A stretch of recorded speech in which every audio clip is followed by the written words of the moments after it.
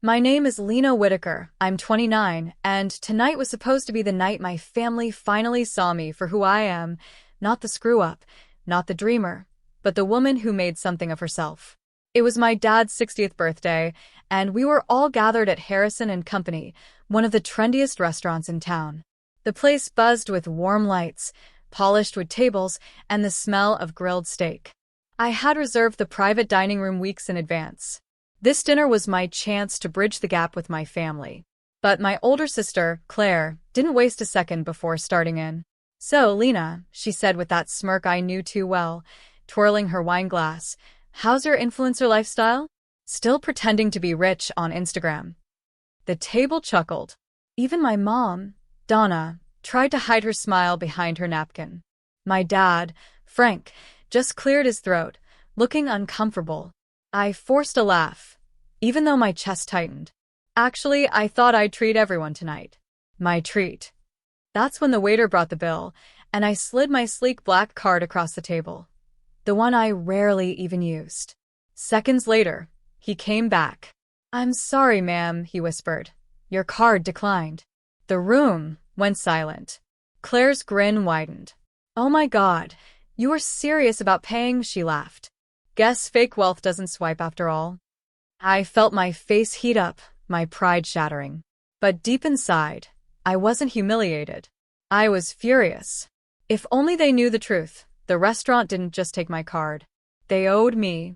Growing up in the Whitaker household meant learning early on that Claire was the star of the family, and I was, well, the understudy.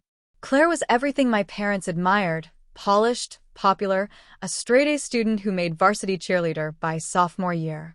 My dad would beam with pride when he talked about her at work dinners, and Mom would pin Claire's awards on the fridge like priceless art. Me? I was the kid who painted on the walls, started little lemonade stands, and got in trouble for skipping homework because I was too busy coming up with business ideas. I still remember the night of Claire's high school graduation.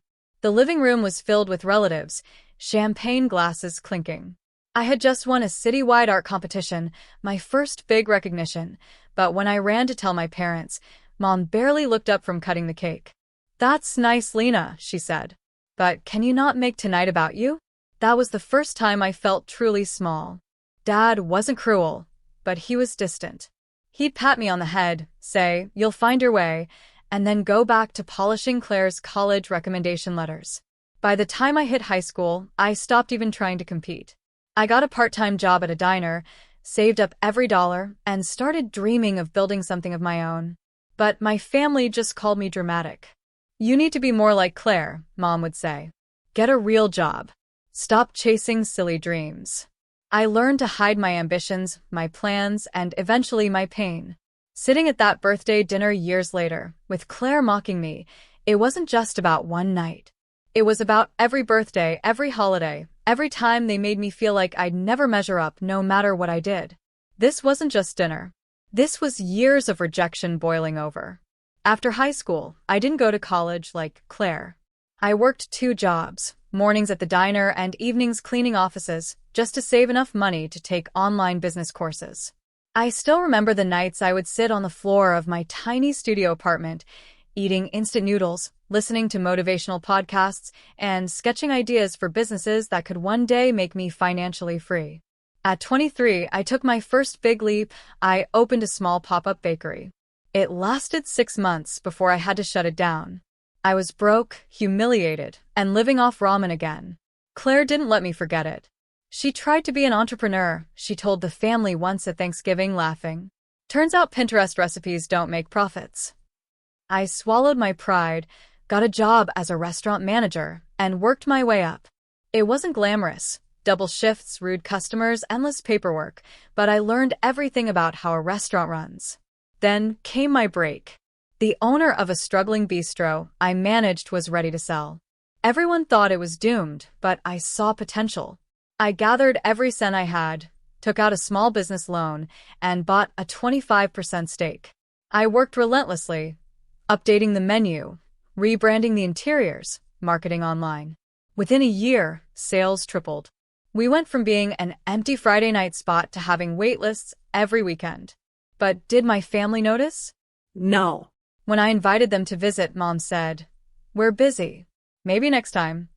Claire just sent a thumbs up emoji in the group chat. That's when I came up with the idea for Dad's birthday dinner. I wanted to do something big, something undeniable. I reserved the private room at Harrison and Company, one of the most expensive restaurants in the city, and planned to cover the entire bill myself. Not because I wanted to rub my success in their faces, but because I wanted them to finally see me. I thought maybe, just maybe, they'd be proud. But as Claire laughed that night, mocking me, I realized the truth. No matter what I did, they were never going to see me. The waiter's words rang in my ears. "Your card has been declined." I felt every pair of eyes at the table on me. Claire leaned back, smirking like she had been waiting her whole life for this moment. "Oh, Lena," she said sweetly, "don't worry. I'm sure the bank will approve your pretend millions one day." Even Mom chuckled under her breath, and Dad just shook his head, disappointed, like I had embarrassed him on his big night. I wanted to explain. I wanted to shout, "This restaurant is mine. You're sitting in a room I paid to renovate." But I didn't. I just sat there, hands trembling, cheeks burning. The waiter offered, "Would you like to try another card, ma'am?" I slowly shook my head. No. "Put it on theirs," I said, nodding toward my family. Claire's eyes widened. "You can't even pay your own bill?" she scoffed. I stood up, my chair scraping loudly against the hardwood floor. The entire room went silent. "Enjoy dinner," I said flatly, grabbing my coat. And I walked out. The cold night air hit me like a slap. My heels clicked against the pavement as tears blurred my vision. I could still hear their laughter behind me, muffled by the restaurant's walls. For a moment, I stood outside, breathing hard, my pride shattered, but my anger burning hotter than ever. This wasn't just about a declined card. This was about every time they made me feel like I was less than Claire. And that night, as I walked away from the restaurant, I promised myself something. I was done begging for their approval. The next morning, I woke up with swollen eyes and a knot in my chest. My phone was full of missed calls and group texts from my family, not to check if I was okay, but to complain. "Claire, you humiliated Dad on his birthday. Mom, you owe us an apology for storming out." Not a single message asking why I walked out, not a single ounce of concern. I stared at the screen, then blocked them all. For the first time in my life, I went silent. No explanations. No defense. Just silence. I sold the few belongings in my apartment that didn't bring me joy, the cheap furniture, the clothes I bought just to impress others. I kept only what I needed, packed my car, and moved across town into a tiny loft above the bistro I co-owned. It wasn't glamorous, but it was mine. Every morning, I opened the restaurant early, brewed the first pot of coffee, and watched the sun rise through the big front windows. I worked harder than ever, not out of desperation this time, but out of purpose. I hired new staff, introduced a seasonal farm-to-table menu, and turned the bistro into a neighborhood favorite. People started recognizing me, not as someone's daughter, not as Claire's sister, but as Lena, the woman who saved the place. For the first time, I felt proud of myself without needing anyone else's applause. I even started therapy, where I finally unpacked the years of being compared to Claire. I learned that my worth was never theirs to decide. Months turned into a year, and by the time our second location opened, I had rebuilt not just my business, but my confidence. I threw my first ever solo birthday party at the restaurant. No family, no drama, just good friends, good food, and the sound of laughter that came from love, not mockery. That night, as I blew out my candles, I realized something profound. I didn't miss them. Not the judgment. Not the criticism. Not the constant feeling that I wasn't enough. For the first time, I was living for me. And I was happy. It had been nearly a year since I walked out of Dad's birthday dinner when the first message slipped through. It was from Mom. "Mom, your father isn't feeling well. You should call him." Old me would have panicked, dropped everything, and rushed over. But I had learned enough in therapy to recognize the pattern. Guilt first, love later. Still, I called to check in. Dad answered, perfectly fine, casually mentioning he'd just gotten back from a golf trip. Your mother worries too much, he said, as if nothing had happened between us. 2 weeks later, Claire showed up at the restaurant. She stood in the doorway, looking smaller than I remembered, clutching her designer handbag like a lifeline. Hey, Lena, she said, forcing a smile. Can we talk? I crossed my arms. About what? She glanced around at the buzzing tables, clearly uncomfortable.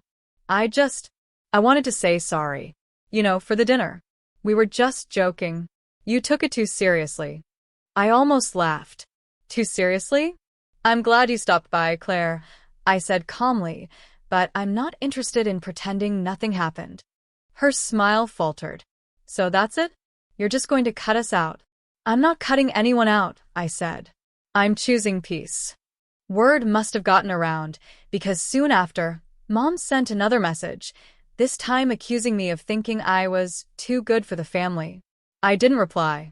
For the first time in my life, I wasn't shaken by their disapproval. I had built something real. I had built myself. And I wasn't going back to being the girl who begged them to see her.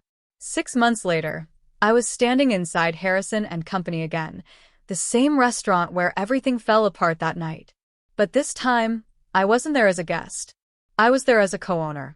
The general manager greeted me with a warm smile. Lena, glad you could make it. The new seasonal menu launch is a hit. We're fully booked. I walked through the dining room, soaking in the elegant atmosphere I had once felt too small to belong in. And then I saw them. Claire, Mom, and Dad were seated at a corner table. Claire's jaw dropped when she saw me, her wine glass frozen halfway to her lips. Lena? Dad said, surprised. I smiled politely. Enjoying the food? Claire blinked. You work here? No, I said calmly. I own part of this place, including the room you're sitting in. Silence. The waiter came over with a check, but before Claire could reach for it, I nodded. Put it on my account. This time, my card didn't decline. As I walked away, I didn't feel smug or vengeful. I just felt free, because this moment wasn't about proving them wrong anymore. It was about proving myself right. I stepped outside into the cool night air, took a deep breath, and smiled. For years, I thought leaving them behind would be the worst thing that could happen. But I learned something. Leaving wasn't punishment. It was survival. Family isn't just blood. It's whoever shows up for you with love and respect. And sometimes, the most powerful thing you can do is walk away and build a life so full that you never look back.